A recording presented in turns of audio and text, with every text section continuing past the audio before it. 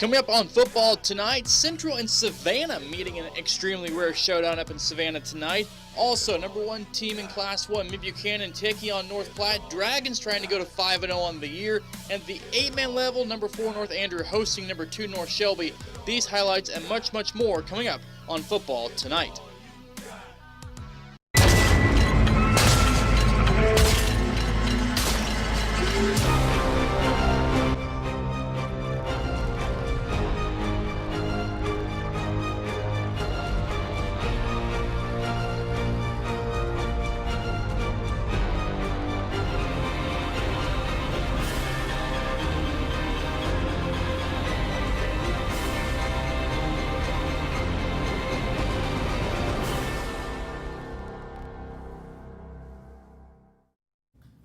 Welcome into another action-packed night of football tonight. I'm Chris Roush and Adam Orduna. It's been a tough week for some city schools. Yeah, that's right. It's been tough. Everyone dealing with COVID-19 issues, but you know, we have another week of high school football. I'm excited to talk about some of these games tonight, Chris. Yeah, a couple of the teams not playing tonight. We talked about it all week. Benton, they're not playing. Lafayette not playing because of COVID-related issues. St. Joe Christian, their game canceled because the team they were going to play had COVID-related issues.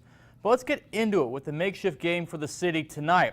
Rare matchup, Central and Savannah squaring off because teams needed opponents. Here we go in this one, 2-0 Savannah late in the second. Matt Collier, quick pitch to Evan Yount, trying to get the edge with ball loose. Central dives on it, say they have it, and they do. Central defense coming up big. Score stays 2-0 though Savannah at halftime in this ball game. It's Central's ball coming out in the third quarter, Stone Wetloff for trouble with the snap. Recovers, finds James Foster for a good chunk on the play. But Central, though, forced to punt on the opening drive of the third quarter. And then Savannah, they're going to get a turn with it. Coach Reggie Trotter's team playing pretty good defense all night long against Savannah. But when Savannah gets his ball back deep into Central territory, Collier, handoff to Yount, breaks some tackles, spins away, just fights his way forward. Then Yount finishes off the drive, gets to the outside, cuts to the edge. He's got some room, breaks a tackle, stays on his feet. Touchdown Savannah, 8-0 ball game. Savannah adds a field goal later, but that's it. Savannah knocks off Central tonight, 11-0.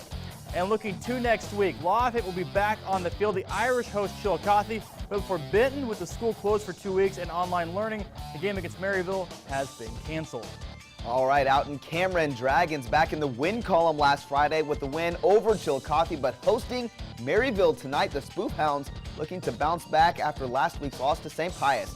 Hounds with the ball. Connor Drake, that is, drops back looking down the field, but Casey Collerstrass jumps the route, gets the interception for the Dragons. They're hyped up after that. Cameron makes something out of the INT. Ty Spears on the quarterback keeper, nothing to his right, so it's cuts back across the field. It's a foot race to the pylon. Spear knocked out of bounds just outside of the end zone. Heck of a run there. But Spears eventually will find the end zone here on the goal line. Short yardage run. Dragons jump out to a 7-0 lead. But here comes Matt Webb's Spoof Hounds. We know they're capable of doing a lot of things here. Drake here coming out off of this play here. Play action. This will be into the end zone. Touchdown to Connor Weiss. And this is a great pick or touchdown here. PAT no good, 7-6. But the Hounds, second half team here, Maryville rattles off a total of 27 unanswered after Cameron's initial score. Spoof Hounds back in the win column, 27-7. To help break down Maryville's win over Cameron tonight, John Dykstra joining us from his car once again. That's where John Dykstra lives, apparently, with us right now on football tonight. John, Maryville maybe a little slow out of the gate here tonight, but picked things up there in the second half, didn't they? Yeah, they'd be a lot better off if first quarters didn't exist this year. They've been slow out of the gate in every game this year, but have managed to get it turned on. So, yeah, there's just another story. But that defense really played well after I think you showed the one offensive highlight that Cameron had all night with that big run by Ty Spear. But other than that, it was a lot of defensive dominance for Maryville tonight. So, John, for Maryville getting a quality win here, what do they have to do to continue to keep this win streak going here? It was a lot of the same Matt Webb today. Pressure on the offensive line to do more. Today, they ran the ball a lot better, but Connor Weiss broke about 50 tackles total today. So the offensive line needs to give him a little bit more room to run, according to Coach Webb, and that goes for all the other backs Maryville has as well. So that's definitely going to be an emphasis, I think, for them moving forward, is just continuing to be good in the trenches. The defensive line really took a step forward this week, so the offensive line will be the next area that really needs to, according to Coach. John, before we let you go, one final question for you. Maryville's supposed to play Benton next week, but Benton won't be able to play next week as they're 2 weeks online. What does this look like for Maryville? I mean, we've seen a lot of teams try to find games here at the last second over the course of the year. What does this look like for Maryville? Right now, they don't have a game. They're trying. I've talked to Coach Webb several times over the past week about it, and he's every time it's the same answer. We're trying, but nobody's available. Athletic director Matt View mentioned the other day that some St. Louis schools have openings, but that's about it, and nobody really wants to go all the way across the state to play either way. So we'll continue to monitor it. Right now, they haven't ruled out playing, but you never know, especially with today, with a school could be like that in quarantined anytime, and then the other school has an opening. So I think that's kind of what they're waiting for to see if something opens up. But right now, they've got a bye week next week. Maryville Forum Sports Editor John Dykstra, good stuff as always. Thank you. Thank you. Moving on, St. Pius rolling to a 5-0 on the season, knocking out Chillicothe. Hornets travel to Lafayette next Friday night. Pius winning 42-27 down there in Kansas City. Still plenty on football tonight. Coming up after the break, the #1 team in Class 1, Mid-Buchanan Dragons, on the road at North Platte tonight. Can the Dragons roll to 5-0? And the other Buchanan, East Buchanan, trying to keep their undefeated record intact, hosting West Platte. Highlights coming up next on Football Tonight.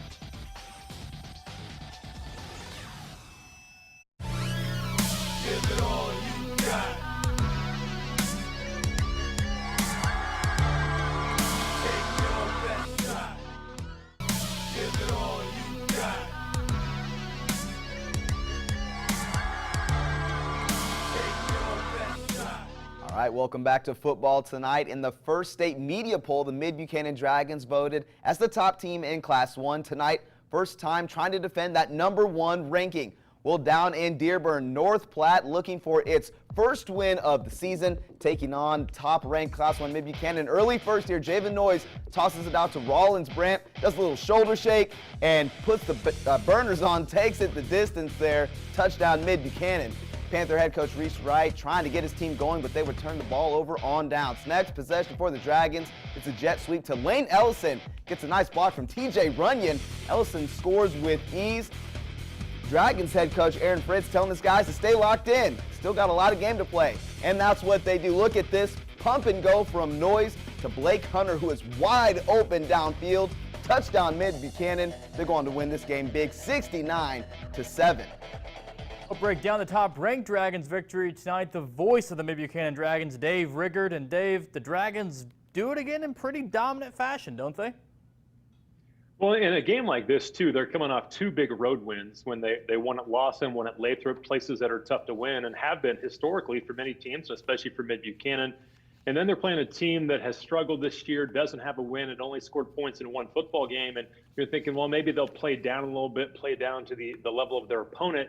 And that was not the case tonight. They were efficient. They were in and out of the huddle and just getting everything done quickly. In the first half, they ran only 25 plays, but scored 56 points and had 347 yards of offense in the football game. I think they held North Platte to 43 yards of total offense in the first half, and they were just dominant. They did not play down to their opponent. They were excellent tonight. They looked about as good as they've looked all year long. Now, again, North Platte isn't a great opponent right now. They're struggling, but they were so efficient, and they were a fine-tuned machine tonight. They played really well. So, Dave, Mid-Buchanan, #1 team in the state. They looked at tonight. What are your thoughts on them moving forward throughout the rest of the year? Well, obviously they're the favorites in the KCI. I think they are one of the state championship favorites right now. I mean, they've been to the semifinals 2 consecutive years. Valley Catholic moves up a class, who they lost to in the semis a year ago. They've been there. They've done that. All these guys are experienced. Like, they had 8 different guys score touchdowns tonight. And in the first half, when they were playing their starters, 7 guys scored touchdowns. So, and one of the guys that didn't was TJ Runyon, who, again, is their second leader in touchdowns per game. So Javen Noyes had a big night. When you've got a 4-year starter at quarterback, that's a great place to start in the first half tonight. He was 10 for 12, 198 yards, 5 touchdowns. He hasn't thrown an interception this year. 13 TDs, no picks. He's ran for 14 touchdowns now in the season. He has 27 touchdowns and now 138 for his career. That experience with Javen and everybody else for the Mid-Buchanan Dragons, I think, is what has them as one of the favorites in Class 1 and part of why they're ranked number 1 in the state. Dragons look good. And Dave, last week you were in a cave. I don't know where you are this week. I'm out. Hey, I got out of the cave. They let me out. Where'd you go? Snuck out. I'm out of the cave. Where'd you go? Can you tell us? That is for me to know. Okay. You guys will find out sometime. All right, thanks, Dave Riggard, voice of the Mid-Buchanan guys. Dragons. Dragons, tremendous win tonight. Thanks, guys. All right, other KCI games tonight. Lathrop trying to get its first win of the season over Hamilton, but the Hornets come out on top 40-16 down in Lawson. The Cardinals come away with a victory over Plattsburgh 35-8. Let's go down to Gower now. East Buchanan trying to stay perfect this season, hosting West Platte. Here we go. Starting the late second quarter, East Buchanan knocking on the door and hand off to Gavin Ray, who answers the call, walks in, no issue, touchdown East Buchanan. Then the 2-point conversion. Bulldogs go for it. Connor Musser tosses it, and that's good. 2-point conversion good at the half. East Buck up 34-8 on homecoming night. Here we go, second half, East Buck driving. They toss out to Drew Thompson. Nice move to the outside. Tiptoes to the sideline, stays in. Knocked out of bounds finally. And the Bulldogs near the goal line again. Why not go back to Thompson? Touchdown East Buck. Bulldogs win 46-14. In the Grand River Conference tonight, we go Polo over at South Harrison. South Harrison shuts out Polo 38-0. Maysville on the road in Gallatin. Bulldogs get the victory over the Wolverines 32-20. And more GRC scores to pass along. Trenton back in action after a few weeks away, hosting Milan. Trenton falls to Milan 43-6. Princeton hosting Putnam County. Princeton wins this one 38-6. Still to come on football tonight, we head down to the 8-man football level on the Missouri side of things. The top 10 showdown in Rosendale. North Andrew hosting North Shelby. Both these teams fighting for their spots in the top of 8-man football. Highlights coming up. And later on football tonight at the 8-man level, Bishop LeBlanc looking for back-to-back wins as they took on Archie. You'll have that coming up next on Football Tonight. Give it all you got. Take your best shot. Give it all you got.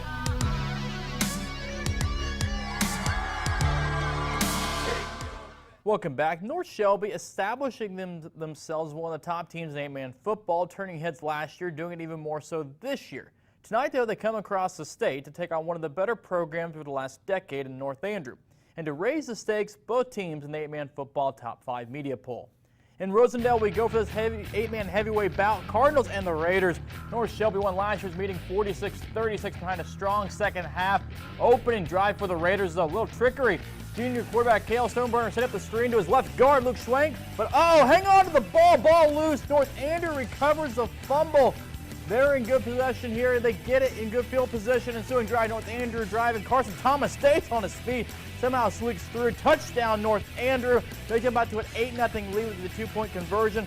Problems for North Shelby on the next drive, too. On 4th and less than 1, what's called inches. Stoneburner keeps it. The Cards read it, though. The QB sneak doesn't work. Turnover on downs. Cardinals ball. And then North Andrew makes the Raiders pay on the next drive. Handoff to Hayden Ecker. Finds the hole. Follows the block. Touchdown, Cardinals. North Andrew at 14-0 in the first. This battle not over, though. North Shelby not going to go away easy in this one. They're ranked number 2 for a reason. They put together a drive deep in Cardinals territory. Stoneburner hands off to Justin Lungsford. Touchdown Raiders, but the Cardinals, too much tonight in the long run. Knock off number 2 North Shelby 44-20. To help break down this gigantic 8-man football game, last week we had Mound City Southwest Livingston.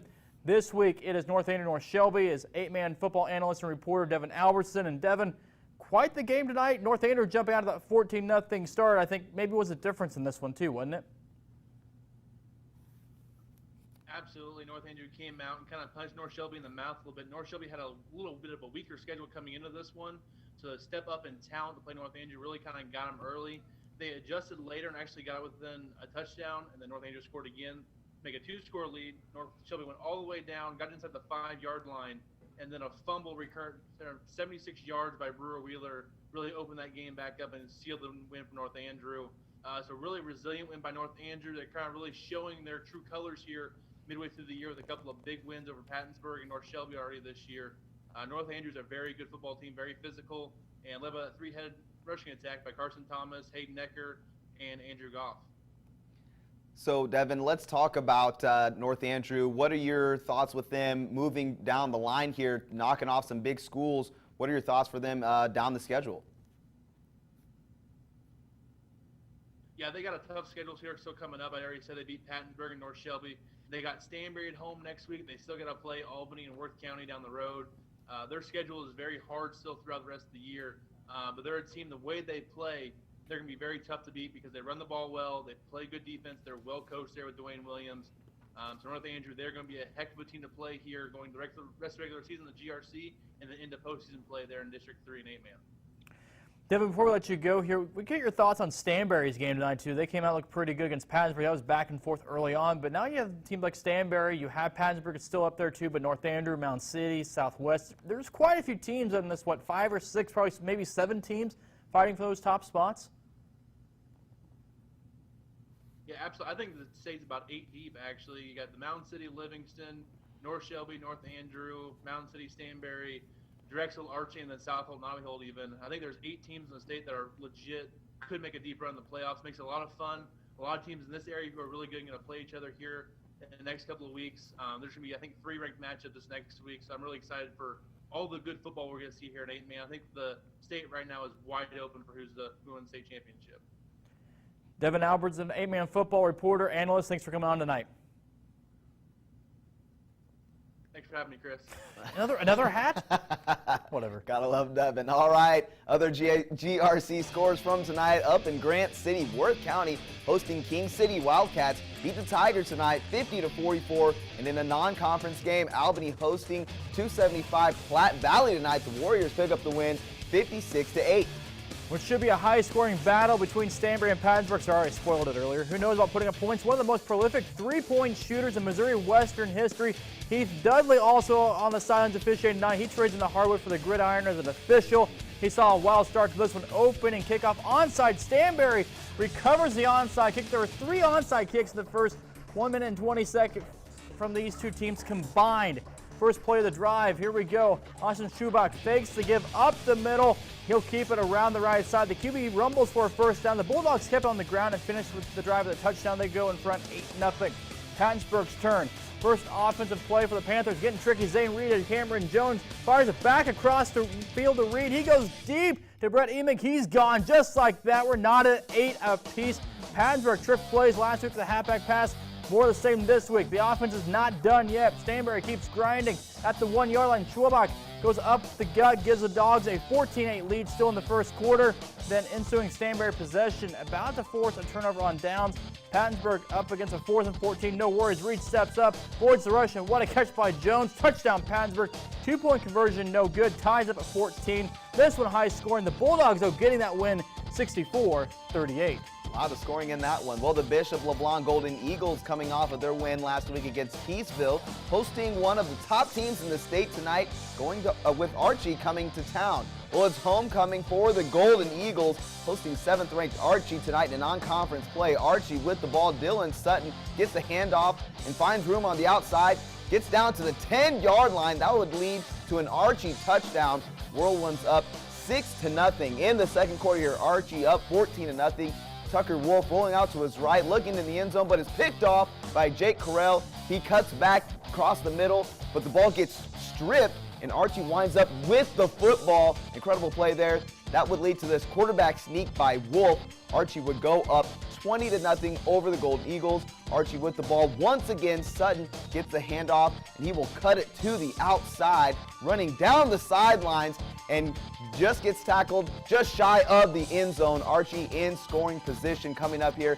This play, it's J.W. Dalton with the power into the end zone. Whirlwinds up 26-0. Archie would go on to win this one 62-6. And number 1 Mound City hosting Northwest Nottoway tonight. The Panthers moving to 5-0 with the win 60-14. Andy Cab back at it tonight after last week's game was canceled, taking on number 8 Spartans. Tigers fall 49-0.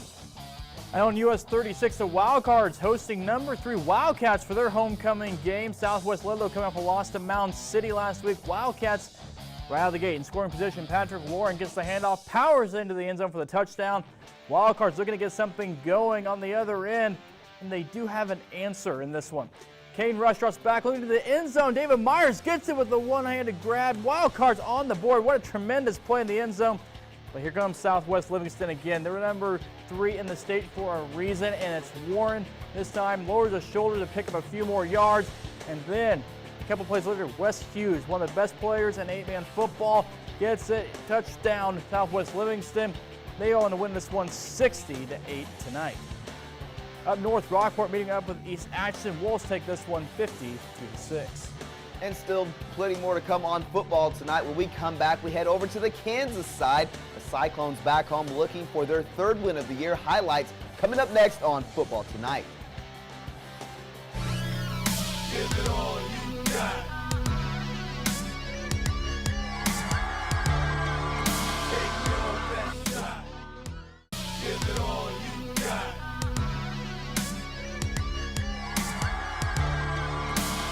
Welcome back. Heading across the river, Riverside Cyclones returning home for the first time since the season opener, looking for win number 3. In Wathena we go. Cyclones hosting St. Mary's tonight. Late in the first, Riverside's Kobe Davis rolls out to his right, dumps it out to Connor Hayes, stays on his feet, makes a couple of defenders miss, and he will take it for a 54-yard touchdown. Riverside up 6-0. Nice play there.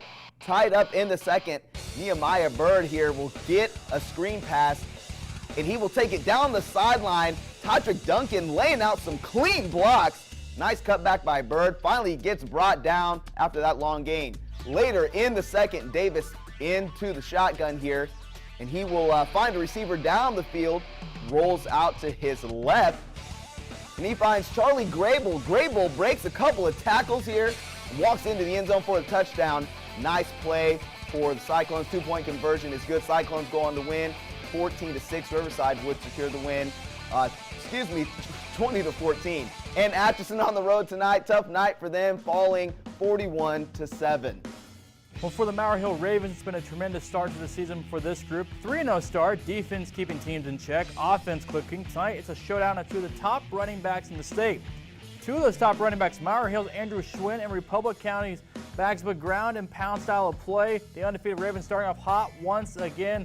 Here they go. It's the defense against this tough running back out of Republic County, forcing a fumble on the second play of the game. And then the next play, which go ahead and just give it to your running back. The Ravens stellar running back, Andrew Schwinn, on offense, gets it going, picks the handoff, takes it 48 yards down the side. Nobody's going to catch him. He outruns everybody. Slower start, though, for Republic County. Forced at a 3rd and long from Maryville, but quarterback Drew Cottle connecting again with Shane Soxie for the first down. And then once again, guess who they're going to get the ball right back to? He got the first touchdown. He gets the second one. Andrew Schwinn to the house. 14-0 Maryville. In the end, Schwinn went running back battle with 3 touchdowns on the night, running for 191 yards, 12 tackles, Schwinn averaging almost 200 yards per game. The Ravens win this one 41-0 to go to 4-0 on the year. And out in Troy, the Trojans looking to get their first win of the season. The Trojans defense coming to play early in this ball game, not allowing Pleasanton to really get much going on the ground. Troy offense able to get some stuff going on the field tonight. Trojans able to hold off Pleasanton and get a 10-point win. Troy 30, Pleasanton 20. And don't go anywhere. We'll announce the winner of our Anderson Auto Group Play of the Week after the break. Stay tuned. Give it all you got.